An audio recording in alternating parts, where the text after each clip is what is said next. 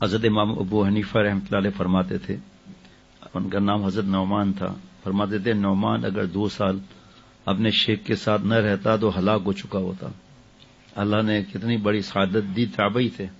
میں سمجھتا تھا 2 صحابہ رضوان علیہ مجمعین کے ساتھ پڑھا اور دیکھا ان کو، ابھی 3 رسالوں میں چھپا ہے کہ 12 صحابہ رضوان علیہ مجمعین کی زیارت کی ہے۔ میں نے ایک تو رسالے کا اپنے پاس لکھ لیا ہے۔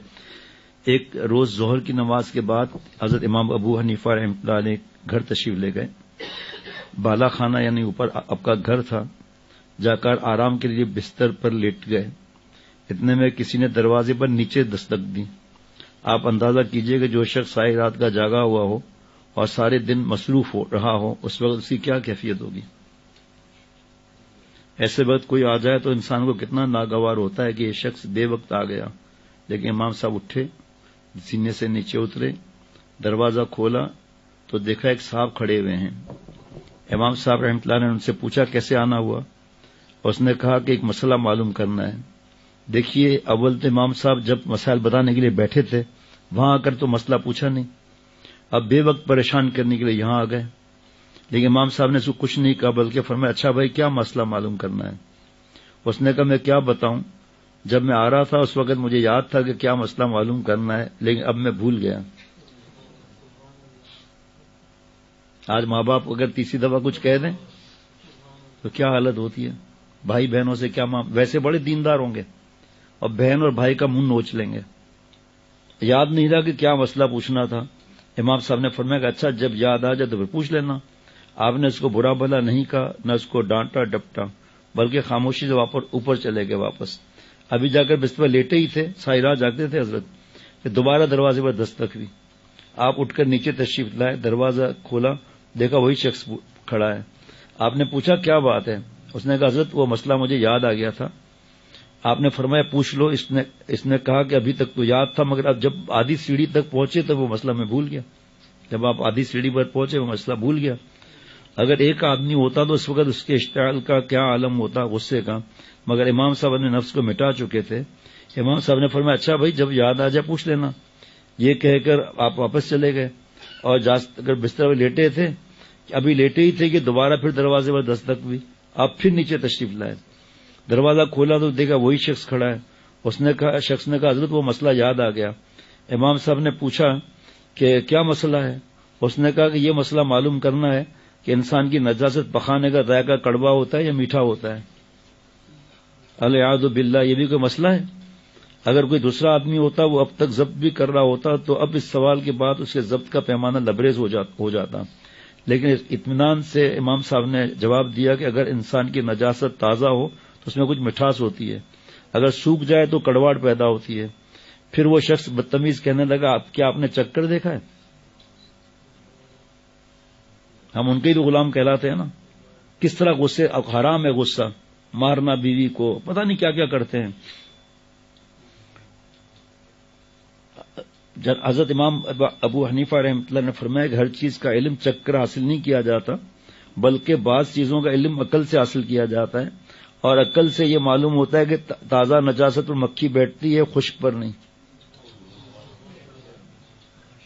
اس سے پتہ چلا کہ دونوں میں فرق ہے، ورنہ مکھی دونوں پر بیٹھتی۔ جب امام صاحب نے جواب دے دیا تو شخص نے کہا امام صاحب میں آپ کے سامنے ہاتھ جوڑتا ہوں، مجھے معاف کیجیے گا، میں نے آپ کو بہت ستایا لیکن آج آپ نے مجھے ہرا دیا۔ امام صاحب نے فرمایا کہ میں نے کیسے ہرا دیا؟ اس شخص نے کہا ایک دوست سے میری بحث ہو رہی تھی، میرا یہ کہنا تھا کہ حضرت سفیان ثوری رحمۃ اللہ علیہ تابعی تھے، علماء کے اندر سب سے زیادہ بردبار ہیں اور وہ غصہ نہ کرنے والے بزرگ ہیں۔ میرا دوست یہ کہتا تھا کہ سب سے بردبار اور غصہ نہ کرنے والے بزرگ امام ابو حنیفہ رحمۃ اللہ علیہ ہیں۔ ہم دونوں کے درمیان بحث ہو گئی اور اب ہم نے جانچنے کے لیے طریقہ سوچا تھا کہ میں اس وقت آپ کے گھر آؤں جب آپ کے آرام کا وقت ہوتا ہے، اس طرح 2-3 مرتبہ آپ کو اوپر نیچے دوڑاؤں اور پھر آپ سے ایسا بےہودہ سوال کروں اور یہ دیکھوں کہ آپ غصہ ہوتے ہیں یا نہیں۔ میں نے کہا اگر غصہ ہو گئے تو میں جیت جاؤں گا، اگر غصہ نہ ہوئے تو جیت جائے گا، لیکن آج آپ نے مجھے ہرا دیا۔ اور واقعہ یہ ہے کہ میں نے اس روئے زمین پر ایسا حلیم انسان جس کو غصہ چھو کر بھی نہ گزرا ہو، آپ کے علاوہ کوئی دوسرا نہیں دیکھا، اس سے اندازہ لگائیے کہ آپ کا کیا مقام تھا، اس پر ملائکہ کو رشک نہ آئے تو کس پر آئے؟ انہوں نے اپنے نفس کو بالکل ہی مٹا دیا تھا. سبحان اللہ. اب یہ صرف پڑھنے کے لیے اور سننے کے لیے تھوڑی ہے، اپنی اصلاح کرانے کے لیے.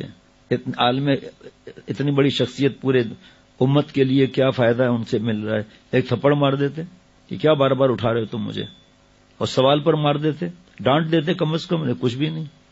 ذرا سا کچھ ہو جائے گریبان پکڑ لیتے ہیں اور کچھ علاقوں میں سیدھا گولی مار دیتے ہیں. ایک ایک قبیلے کے اندر 8-8 10-10 گھر سے کتنے لوگ آسمان پر جا چکے ہیں، لیکن نہیں، جھکنے کے لیے تیار ہی نہیں. کیا کریں بھائی، سمجھ میں بھی تو نہیں آتا نا.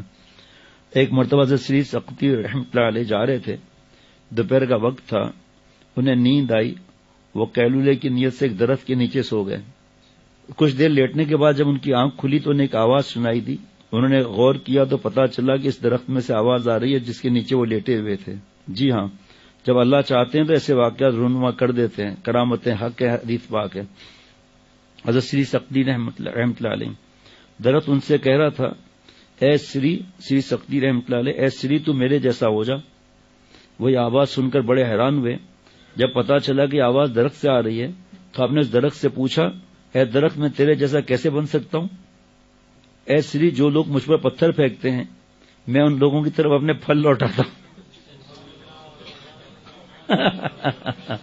کیا بات ہے مولانا انوار صاحب، کیا جملہ ہے بھائی، کہ جو مجھے پتھر مارتے ہیں میں ان کی طرف پھل لوٹاتا ہوں.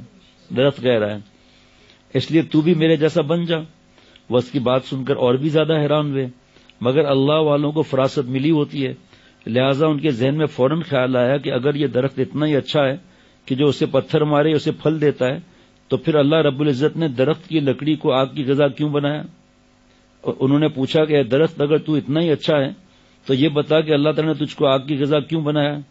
اس پر درخت نے جواب دیا، اے سری، میرے اندر بھی خوبی بہت بڑی ہے، مگر اس کے ساتھ ایک خامی بھی بہت بڑی ہے.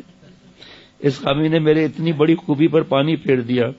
اللہ تعالیٰ کو میری خامی اتنی ناپسند ہے کہ اللہ تعالیٰ نے مجھے آگ کی غذا بنا دیا. میری خامی یہ ہے کہ جدھر کی ہوا چلتی ہے میں ادھر ہی کو ڈول جاتا ہوں.